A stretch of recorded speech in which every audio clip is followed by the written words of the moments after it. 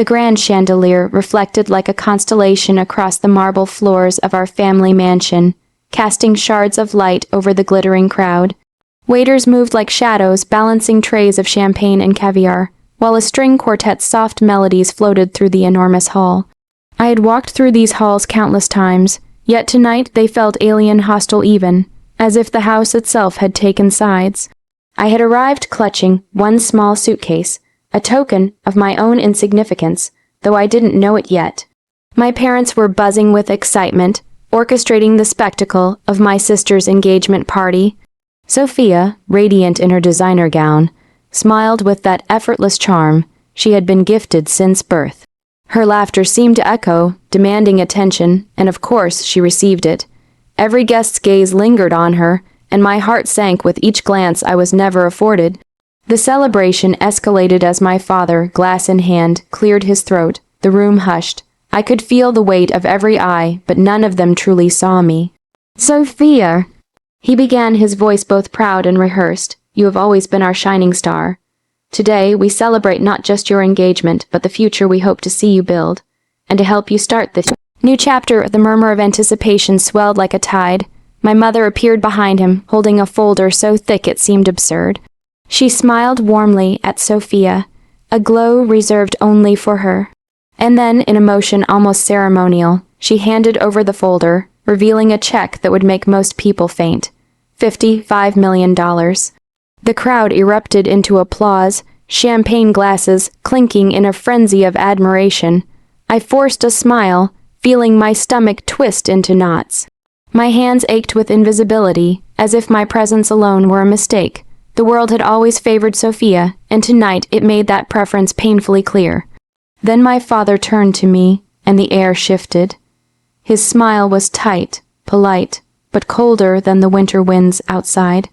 "Alex," he said, as if testing the word on his tongue, "it's time you take your own path. We've prepared something for you as well." I blinked, hoping for some token of care, a gesture that might soften the blow I already felt. Instead, my mother handed me a single, modest suitcase, one that had clearly seen better days. "This is all we can give you now," she said. "It's time to leave the nest and make your own way." The applause for Sophia's gift still echoed in the room, mocking me. My heart pounded, a mixture of humiliation, disbelief, and raw anger. I had always known I was the other child, the one who could be quietly ignored while the world bent around Sophia, but I had never expected such cold dismissal in front of everyone I had grown up with. I felt my throat tighten as tears pricked the corners of my eyes, unspilled but heavy with everything I had been forced to swallow over the years. Favoritism, neglect, and the unspoken message that I was never enough. I tried to speak, to argue, but my voice caught in my throat, choked by a lifetime of being overlooked. So, I did what I had to do. I picked up the suitcase, my only companion, and stepped out of the dazzling hall into the cold night. The city lights stretched before me like a promise I wasn't yet ready to grasp. My parents' voices called after me, but their words were hollow, irrelevant. I walked on, humiliated but burning with a quiet fire that no applause, no money, no favoritism could ever extinguish. And in that moment, with only a suitcase and my shattered pride, I began to understand something crucial. This wasn't just a departure. This was the beginning of a reckoning. The city was cold, indifferent, and alive in a way that reminded me I no longer belonged to the warm, golden illusion of my family home. I wandered the streets with my suitcase, a tiny, insufficient vessel for a life I hadn't chosen but was forced to confront. Every step echoed with memories of favoritism and neglect, the quiet moments of childhood when Sophia was praised for trivial achievements, while my own victories were dismissed or ignored. I remembered the way my father had never quite looked at me the same way he looked at Sophia, the way my mother's smile faltered when I entered the room. I had always known I was the afterthought, the shadow child. But seeing the difference laid bare in front of everyone, the $55 million check for Sophia and the single suitcase for me, it wasn't just favoritism anymore. It was public, undeniable, and cruel. I found a bench in a quiet park and sat, the city's neon glow painting my face in fragmented colors. I wanted to scream, to throw the suitcase into the river and vanish from everyone's expectations. But instead, I let the tears come, bitter and slow, tasting of humiliation and grief. Every sob felt like an indictment of my parents' choices, a declaration that I was alive, present, and hurt. Hours passed, the night deepened, and the world kept moving as if my heartbreak were nothing. Yet in that isolation, something shifted. Anger, sharp and insistent, began to rise from the pit of my stomach. This wasn't just sadness, it was recognition. They had underestimated me for years, overlooked me, and thought a suitcase could erase my existence. But they didn't know me. They had never truly seen me. I thought of Sophia, laughing amid the glittering guests, oblivious to the storm that raged within me. She had always had it easy, shielded from struggle by wealth and charm. But her life, as perfect as it seemed, had been handed to her. My life, whatever it became, would be earned. And perhaps in time, I would find a way to make them notice the consequences of their favoritism, not in the form of destruction, but in undeniable truth. I spent the next few days in a rented room above a small cafe, a place that smelled faintly of bread and coffee. I went unnoticed, learning to navigate the city without relying on privilege. I took odd jobs, anything that would give me a foothold, waiting tables, assisting at a bookstore, and occasionally helping with local events. Each task, no matter how small, was a reminder that I could survive without their approval. And yet, the suitcase remained, a constant, silent reminder of the humiliation that had ignited something inside me. I began to think strategically, almost compulsively. What could I do? How could I build a life that no one could ignore, that would force my parents and Sophia to recognize what they had thrown away? I didn't want petty revenge. I wanted the kind that left them speechless, the kind that made them confront their choices without a single word from me. Loneliness, I realized, was a double-edged sword. It hurt, but it also clarified. It stripped away illusions, leaving only what I could control, my mind, my actions, and the quiet, smoldering determination to rise. I promised myself that one day, they would see me not as the child they discarded, but as someone who had taken their rejection and turned it into unstoppable strength. And so, with my suitcase as my sole companion, I began to plan, not just to survive, but to thrive. Not just to exist, but to create a life that would make my parents' cold dismissal seem like the gravest mistake of their lives. In that quiet, lonely room, I discovered a spark small, fragile, yet fiercely alive, and I knew that the world would have to reckon with me one day. The days turned into weeks, and the weeks into months, each one sharpening my resolve. I no longer wandered aimlessly. The humiliation of that engagement party had become a kind of fuel, a fire that pushed me forward. My suitcase, once a symbol of rejection, now felt like a talisman, a reminder that I had nothing to lose and everything to gain. I started small. Odd jobs gave me independence, yes, but they also taught me patience, resilience, and observation. I learned the rhythm of people's behavior, the way power moved in subtle, almost invisible ways. I listened more than I spoke, studied more than I acted, and slowly began to notice opportunities where others saw none. Each small victory, whether saving a few dollars or earning the trust of a mentor, chipped away at the bitterness, replacing it with purpose. It was in one of these odd jobs that I met Elias, a sharp-minded entrepreneur who ran a small consultancy firm. He noticed something in me, a quiet determination, a fire masked by humility, and offered guidance.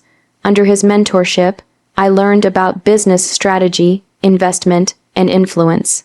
But more importantly, I learned patience. Revenge was not a sprint. It was a long game, and I had all the time in the world.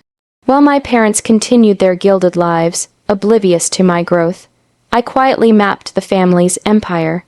I studied their businesses, their connections, and their vulnerabilities. Sophia's engagement had been a display of wealth and power, but beneath the glitter, there were cracks, inflated egos, careless decisions, and the blind arrogance of people who believed that privilege made them untouchable. I cataloged these weaknesses, not with malice, but with precision, knowing that understanding them would be key to my eventual return. My network grew. Friends and colleagues, drawn to my quiet competence and tenacity, became allies in ways that felt almost poetic. They didn't know my story, but they recognized my potential. Some offered skills I lacked, others provided access I could not reach alone. I was building a foundation stronger than wealth alone could buy. A foundation built on intelligence, strategy, and relentless effort. Evenings were spent alone with my thoughts, planning, imagining, and calculating. Every decision I made, every skill I honed, was a step toward a future where I would no longer be invisible. I envisioned not just revenge, but recognition, a life that would force my family to confront their own failures without me needing to speak a single word. Yet in these months of quiet growth, I also discovered something unexpected.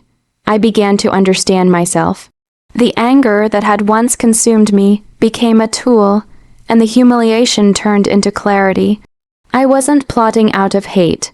I was plotting out of justice, out of a need to reclaim the respect and dignity that had been stripped away.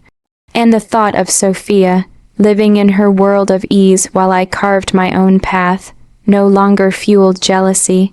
It fueled determination. By the end of the year, I had transformed from the child who left the engagement party with a suitcase into someone who could navigate the world with precision, strategy, and purpose. I was no longer reactive. I was proactive. I was no longer invisible. I was preparing to be undeniable. And beneath it all, the seed of sweet, elegant revenge had taken root. I didn't need to destroy them. I only needed to make them see the same way I had been forced to see their cruelty, that the underestimated child had become something far more formidable than they could have imagined. In the quiet hours of the night, I held my suitcase not as a symbol of loss, but as a reminder of the beginning. Everything I had endured had led me to this moment, and soon the world that had cast me aside would have to reckon with me. The skyline gleamed with possibility as I stepped into the high rise that now bore my name on its entrance. Years of quiet work, strategic networking, and relentless learning had culminated in this moment. I wasn't the child who had left my parents' mansion with a single suitcase. I was someone they could no longer ignore, someone whose absence had once seemed insignificant, but now carried weight and consequence. I had built my empire slowly, deliberately, ensuring that every decision strengthened my position and tested my skills. Investments, partnerships, and influence had turned into something that rivaled, and in some areas surpassed, the family fortune I had been denied. But wealth alone wasn't my goal. The real victory lay in subtlety, in elegance, in the art of making them see their errors without my needing to raise my voice. The first opportunity arose unexpectedly. Sophia, ever charming and entitled, had taken over one of the family's philanthropic ventures, presenting it as her triumph. But her team had overlooked a crucial flaw in the structure, one I had quietly anticipated. Using my resources and connections, I stepped in, not to humiliate, but to correct it, silently steering the project to success while allowing her public credit to remain intact. When the family discovered the improvements, they traced the change back to me. Shock and disbelief rippled through them. I said nothing. My presence was the statement, then came the subtle unraveling of their assumptions about me. Invitations to exclusive industry events, media recognition, and strategic partnerships arrived at my door. People who had once considered my family untouchable now sought my counsel, intrigued by the quiet force that had emerged from nowhere. I watched Sophia struggle to maintain her footing in a world she thought she understood. Every misstep she made, every small embarrassment, was a reflection not of malice on my part, but of careful planning and timing. The greatest satisfaction, however, came during a family gathering I orchestrated under the guise of reconciliation. My parents, expecting the timid, overlooked child, were confronted with someone confident, composed, and undeniably successful. I did not flaunt my wealth. I did not demand acknowledgement. I simply existed, and the contrast between who they had dismissed and who I had become was enough. Their silence spoke volumes. "I see you've done well." My father muttered almost begrudgingly, his eyes avoiding mine yet unable to look away. My mother's smile was tight, fragile, a mirror of the tension she had ignored for years. And Sophia, her laughter faltered, her charm no longer a shield, realized in that instant that I was no longer beneath notice. I let them stew in the truth they had ignored. They had thought wealth and status were the ultimate measures of worth, yet they failed to recognize that respect, intelligence, and resilience were far more enduring. I had taken the pain, the humiliation, and the rejection they had cast upon me, and transformed it into strength, independence, and undeniable presence. As I walked away from the gathering later that evening, I felt something I hadn't expected: closure. Sweet revenge was not in destruction or humiliation, but in proof. Proof that the child they discarded could rise above, not just to survive, but to thrive.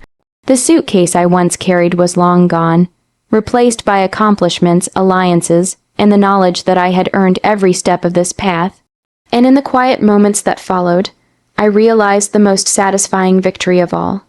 I no longer needed them to validate me. I had become my own family, my own legacy, and my own proof of worth. The past would haunt them. The future belonged to me.